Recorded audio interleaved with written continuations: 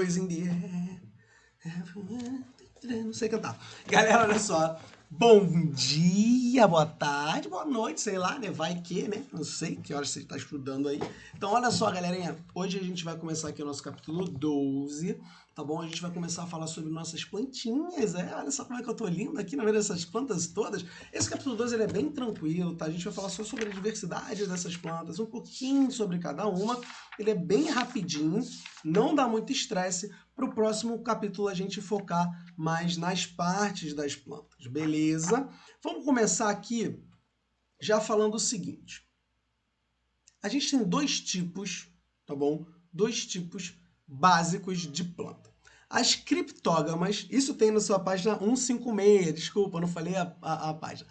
A gente tem as criptógamas, que são as biófitas e as pteridófitas. Essas plantas aí, elas vão produzir gametas visíveis, por isso que o nome é criptógamas. Ela tem gametas visíveis, tá vendo? E a gente tem aí briófitas e pteridófitas, eu vou falar um pouquinho delas cada uma, tá bom? E, desculpa, o professor ainda está resfriado. As fanarógamas ou fanerógamas, tá bom? As gimnospermas e as angiospermas. Essas aí são gametas de união sexual. Então, olha só, gametas pouco visíveis, criptógamas, e gametas que possuem união sexual, ou seja, gametas maiores, fanerógamas, que são as gimnospermas e angiospermas. Nossa, professor.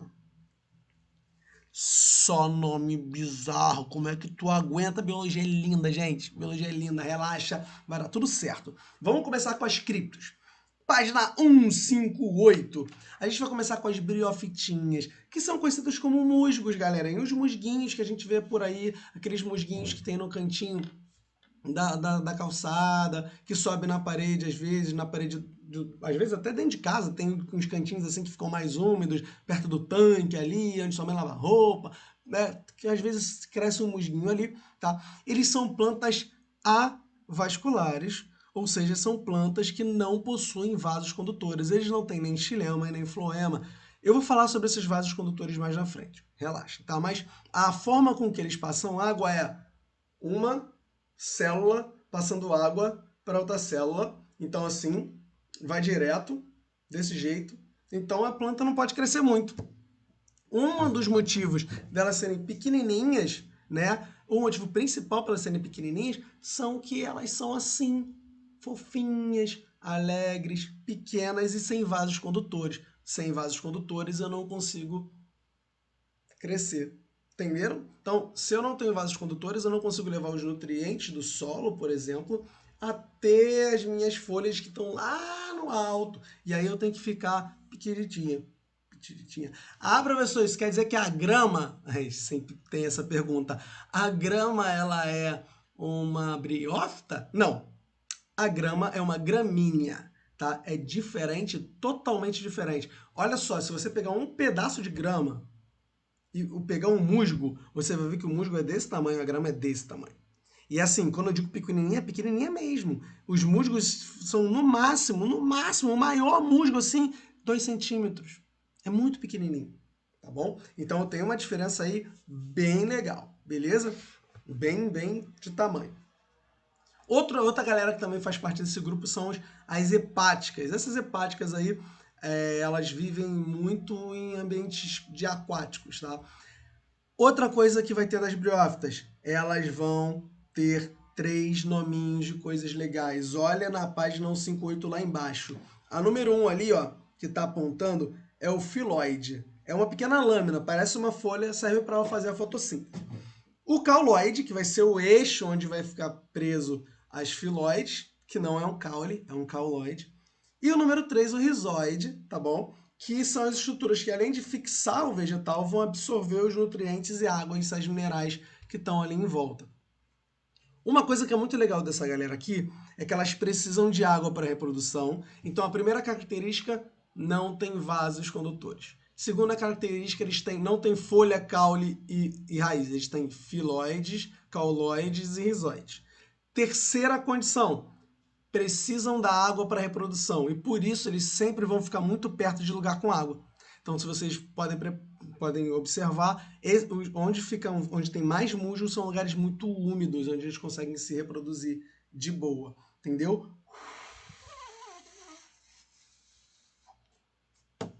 Meu livro tá cheio de pó, não sei o que é isso aqui.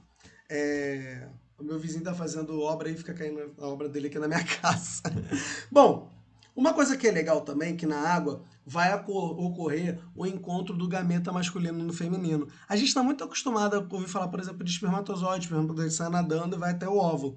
Esses caras, eles não têm nada que possa levar o espermatozoide até o óvulo, ou no caso aqui, o anterozoide até a oosfera. Isso só acontece com a água. Então cai uma água, a água vai descendo, vai lá, vai. Todo mundo mergulha na gota d'água e até a oosfera. De boa, então eles precisam de água, precisam de água para se reproduzir, são avascularizados e têm características diferentes como o rizoide, foloide e o cauloide. Tranquilo? De buena. Muito bom, gosto assim. Pteridófitas, samambaias. Que samambaião que eu tenho aqui, tua mãe tem samambaião bonito, né? Aqui, ó, nossa figura aqui do lado, que deixa eu apontar aqui, ó, samambaião bonito. Esses caras, eles já vão possuir um sistema para poder de vaso condutor, por isso que eles conseguem ser maiores. Então, eles já têm vasos condutores, tá bom? E eles vão apresentar ainda uma dependência da água para a sua fecundação. O nome das estruturas deles já são raiz, folha e caule. Para que serve cada uma? Eu acho que a gente vai falar sobre eles separado, mas folha, fotossíntese, tá? Caule, ele vai ali, ó, agora ele vai distribuir. Lembra que o cauloide só serve para segurar os filóides, só para segurar, não faz nada. Aqui não. O caule, ele já vai distribuir água e sais minerais por toda a planta. Ele vai tirar do chão e vai levar a seiva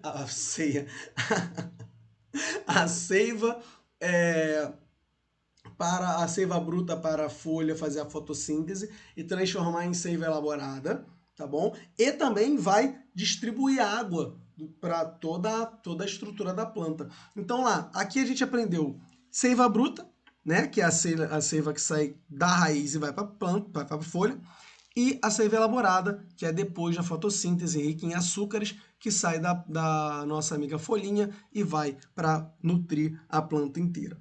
Beleza? Uma curiosidade é que nessas nossas amigas aqui, ó, desculpa, essas aqui, que estão aqui, as nossas amigas samambaia, elas têm um caule chamado rizoma, e esse caule fica debaixo da terra. Ele fica junto com as raízes, assim, debaixo da terra. E a raiz, obviamente, que vai absorver esse nutriente, passar para o caule e fazer o trabalho de jogar esse ambiente para o universo. Tá bom? Página 160, vocês fazem, semana que vem a gente dá aquela revisada. Fanerogamas, também conhecidas como plantas que têm semente, dá para ver a semente. A gente tem as gimnospermas, que são as plantas que têm semente, mas não têm fruto, tá? Que são plantas como os pinheiros, as araucárias. E a gente tem as angiospermas, que são as... Gimnosperma significa semente nua. Ui, nossa, bota uma roupa, menino! Semente nua. Ela tá ali só a sementona ali para fora, tranquilo, não tem fruta, não tem nada. Vai nascer a semente vai cair direto no chão para poder brotar. O que vai acontecer é que logo em seguida a gente vai ter algumas plantas em formação que tem um fruto. Esse fruto ele vai servir para quê? Para atrair criaturas que queiram comer esse fruto, engolir a semente e sair por aí dando aquele número 2, né? Dando aquela barrigada e liberando a semente pelo chão. Aí você vai me perguntar, cara, qual é o nome disso? Aí eu vou te dizer dispersão de semente. Então, angiospermas são plantas que têm fruto e, além de ter fruto, elas têm flores exatamente. Porque, olha só, vamos lá. Para uma planta ter fruta e poder dispersar as suas sementes através dessa forma que eu falei, ela tem que ter flor. Porque o fruto nada mais é do que o ovário da planta. A gente vai falar dos frutos mais para frente, mais precisamente no capítulo 14. A gente vai falar de flor, fruto e semente. Então, guarda isso aí, para você, tá bom? Guarda na cabeça aí que fica legal. Dentro desse grupo a gente tem todas as plantas frutíferas que você possa imaginar. Tá vendo como é que foi tranquilo hoje? Dentro desse grupo a gente vai dividir em dois, os monocotiledôneos e os dicotiledôneos. Mas o que é esse cotilédone? Vou falar. Pega aí com a sua mãe, pede para ela só um grãozinho de feijão. Dá uma ardidinha assim, de leve, não é para quebrar não. Tu vai ver que ele vai abrir assim. Então, imagina aqui, vai abrir em dois. Cada parte daquela sementinha ali é o que a gente chama de cotilédone. Tá vendo? Algumas sementes têm um cotilédone só. Por exemplo, o milho. O milho você não consegue cortar em dois. E outras têm dois, que é, por exemplo, a ervilha, o feijão. Então, quando a gente tem essa divisão, a gente tem características que cada uma desses tipos de planta vai ter ao longo do seu crescimento. Ah, professor, vai explicar? Ó, novidade. Calma, vai ter um capítulo só para esses caras. Então a gente vai focar nesse capítulo, um de cada vez. Aqui, hoje, serviu para você conhecer os 4 tipos. Então a gente tem as briófitas, cujas características são não consegue se reproduzir sem água. Bom, não tem vasos condutores e tem rizóide, folhoide e filóide. Então, rizóide, cauloide e filhoide. E também a gente conheceu os pteridófitas. Pteridófitas que já são maiores porque tem vasos condutores que transporta a seiva bruta elaborada pelo caule. Tem caule, raiz e folha, mas ainda depende da água para se reproduzir.